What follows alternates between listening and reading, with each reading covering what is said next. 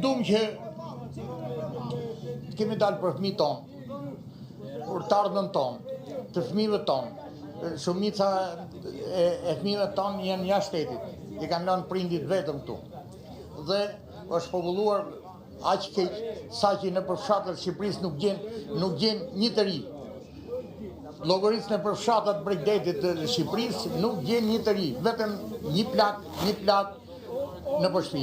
Kështu që ne kërkojmë dorëheqjen e qeverisë sa më parë dhe një qeveri teknike. Takisht. Cila është thirrja që ju keni për qytetarë të tjerë që ende s'janë bashkuar ose që nuk janë bashkuar çdo bashkohen sa më parë, që edhe ato të jenë pjesë me ne. Kështu që shumica kanë filluar të bashkohen dhe shumë shpejt do bashkohen gjithë, do i lejnë kafat dhe do vinë tonë shesh, mbyllin qepenat dhe mos ketë asnjë në dyqane. Bravo. Kjo është. Faleminderit. Zotri, ju jeni pashur në shesh për disa minutash në pritje të marshimit. Cila është kërkesa juaj ndërsa i bashkoni protestën? Duhet të bashkohen gjithë shqiptarët sepse kjo nuk është një Parti Socialiste. Është parti fashiste.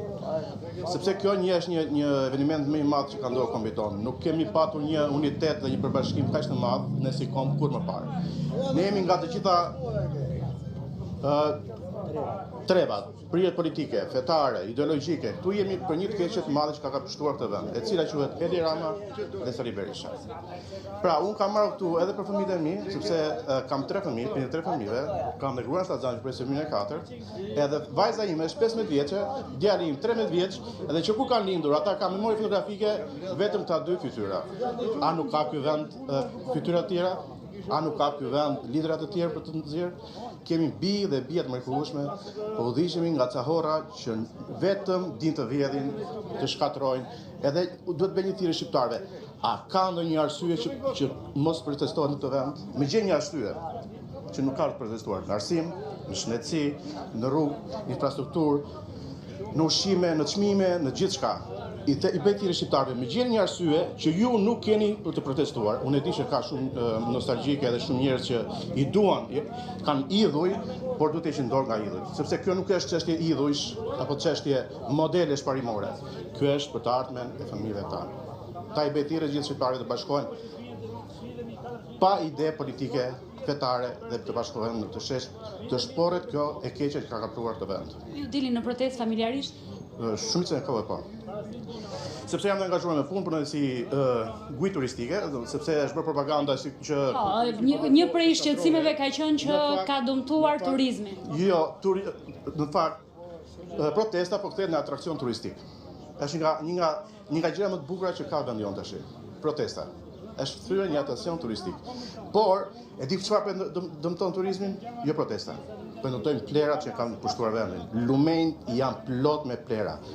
Prejnë plot me mbeturina, rrugët e shkatëruara nga katër anë, trafiku një kaos i vërtet. Kjo po shkatëron turizmin. Çmimet e larta, abuzimet, informaliteti, kjo po shkatëron turizmin, jo protesta. Protesta po e rrit turizmin, po e rrit identitetin e Shqipërisë. Faleminderit. Faleminderit. Më falni, ju jeni pjesë e të rinjve që jeni bashkuar protestës edhe i veshur me flamurin kombëtar. Çfarë kërkoni ju në protestë? Laçi Ramën. Bravo. Po. Të Rama, që do? Ramën. Laçi Rama, që do? Faleminderit. Zotri, unë lexoj që diaspora ka ardhur këtu. Jo, faleminderit, kemi ardhur, po. Nga keni ardhur? Nga kemi ardhur. Unë vi nga jashtë për me protestu. Edhe më vjen çudi ku e gjë kryeministin që thotë kushtet janë shumë mira. Ata zoti kryeministët, pse 3 ton vina për azile, janë mush azilet plot. Pse minorant shkojnë në për azile, zoti kryeministër? O je ti për shpendin, o Shqipëria nuk është në rregull. Po unë besoj se ti je për shpendin.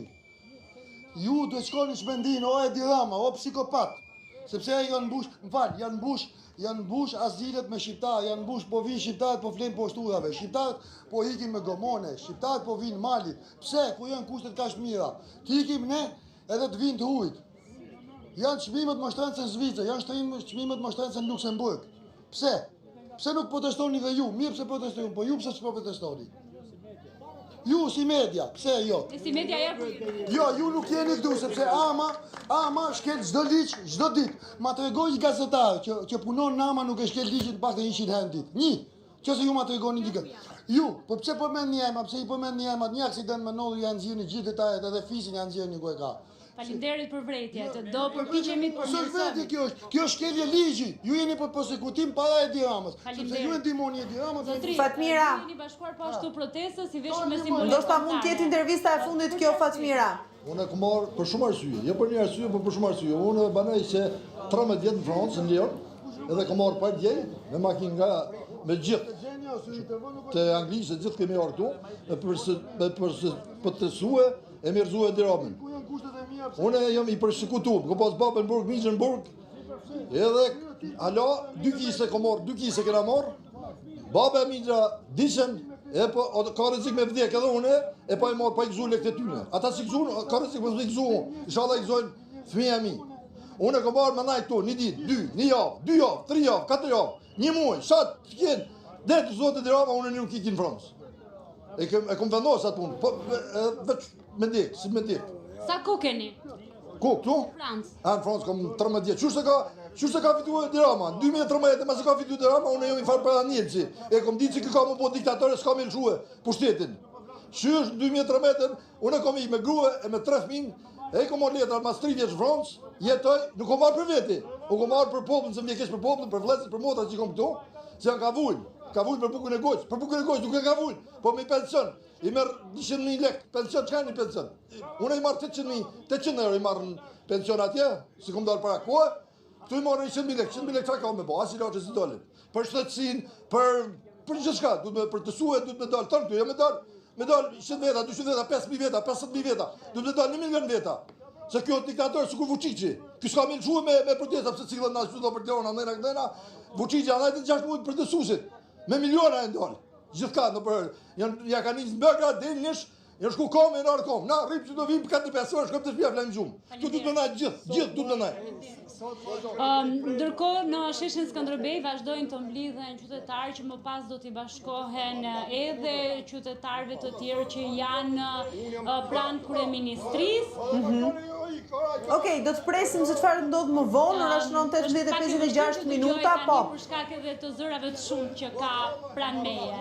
E qartë, Fatmira, faleminderit shumë për këtë lidhje të drejtë për drejtë dhe për gjithë impresionet që përcollen nëpërmjet mikrofonit tënd dhe zërave të qytetarëve. Do të shkojmë tani drejt për së drejti me kolegun Rinaldo Saliani përpara kryeministrisë, ku jemi në ditën e dytë të rezistencës së disa qytetarëve të cilët kanë zgjedhur të mos largohen nga sheshi, të mos largohen nga trotuari përpara kryeministrisë. Rinaldo, çfarë po ndodh aty? Përshëndetje Ina, po bëhen përgatitjet për nisjen e protestës së radhës përpara kryeministrisë, është ngritur fonia, kanë mbërritur protestuesit e parë, ndërkohë që ashtu siç e përmendë një pjesë e protestuesve kanë zgjedhur që të kalojnë natën, të tjerë kanë zgjedhur që të kalojnë dhe të qëndrojnë 24 orë përpara kryeministrisë në shenjë përshkallëzimit të kësaj proteste, ndërsa ditën e sotme do të ketë ashtu si çdo ditë një protestë edhe një marshim. Po ashtu do të ketë edhe një deklarat zyrtare të kësaj proteste që do të lexohet edhe do të artikulohet nga protestuesit, ashtu siç kanë bërë edhe gjatë këtyre ditëve. Kërkesa kryesore e protestuesve mbetet dorëheqja e kryeministrit Rama dhe krijimi i kushteve për zgjedhje të reja, të lira dhe të ndershme në mënyrë që qytetarët të mund të zgjedhin vetë ata që duan t'i drejtojnë. Por se si do të zhvillohet protesta sot, cilat janë planet e protestës për sot edhe për ditën vazhdim, unë jam këtu me njërën nga nismëtarët e kësaj proteste, Luciana Kole. Luciana? Përshëndetje, si kaluat. Faleminderit që jeni gjatë gjithë kohës duke na përcjellur.